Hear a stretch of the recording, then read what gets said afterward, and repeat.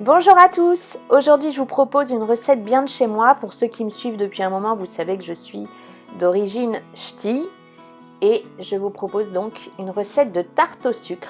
Ça me rappelle toute mon enfance. Alors ne faites pas comme moi, je la fais très régulièrement et cette fois-ci je l'ai laissée un peu trop longtemps dans le four, donc elle est bien cuite.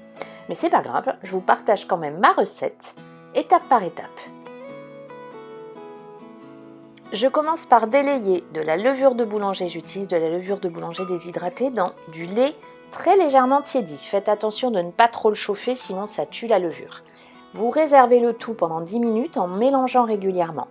Pendant ce temps, je démarre mes pesées avec de la farine T45 de préférence, parce que vous aurez vraiment une tarte très moelleuse.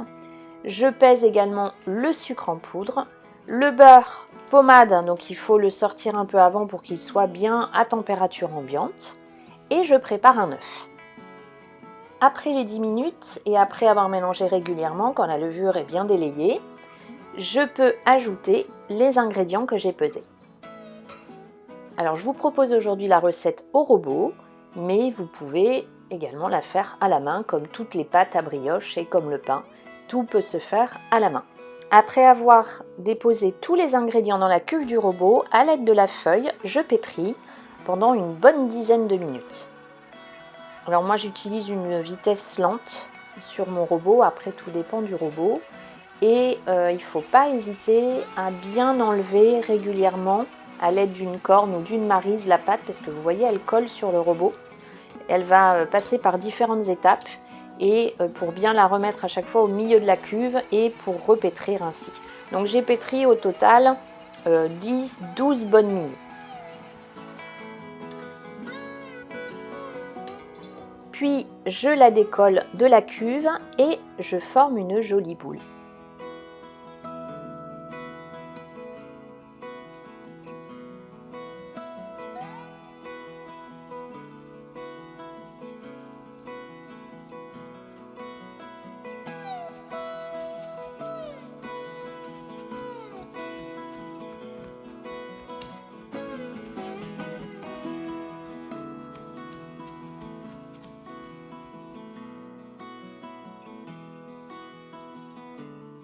Je la place dans un saladier ou un cul de poule, je la recouvre de film alimentaire et je la place dans la pièce la plus chaude de la maison. Donc moi c'est mon cellier, en ce moment il fait encore très beau là où je suis.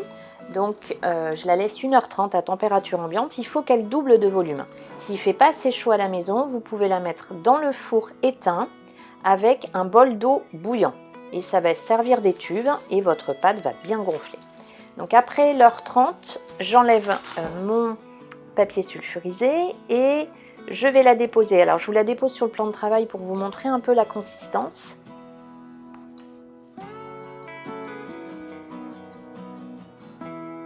J'ai donc une belle pâte bien souple. Alors je la dépose sur du papier cuisson.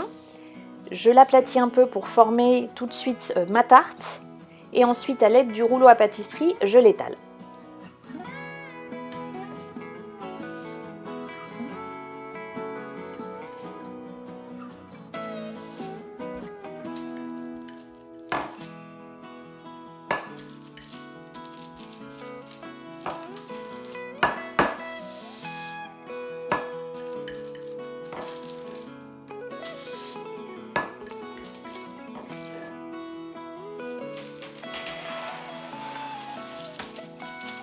À l'aide des pouces, je forme un bord.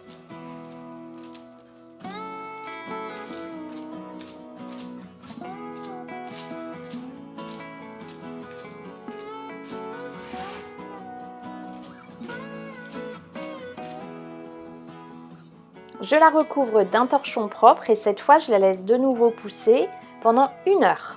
Donc toujours à température ambiante et toujours dans la pièce la plus chaude de la maison. Donc elle a bien levé. Je prends maintenant un œuf entier que je dépose donc dans un bol ou un petit récipient. J'y ajoute 2 cuillères à soupe de lait et je fouette le tout.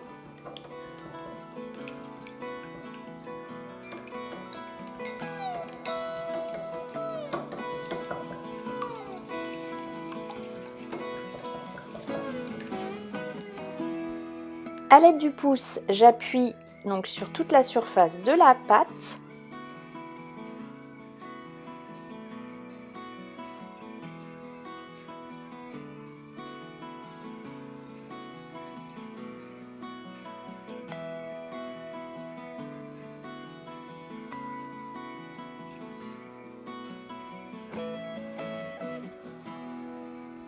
Je badigeonne généreusement de mon mélange œuf battu lait. Il ne faut pas hésiter à bien en mettre dans les trous.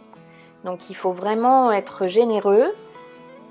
Vous en mettez partout. Si vous voulez vraiment une brioche bien moelleuse, bien fondante et vraiment généreuse en goût, vous pouvez tout mettre.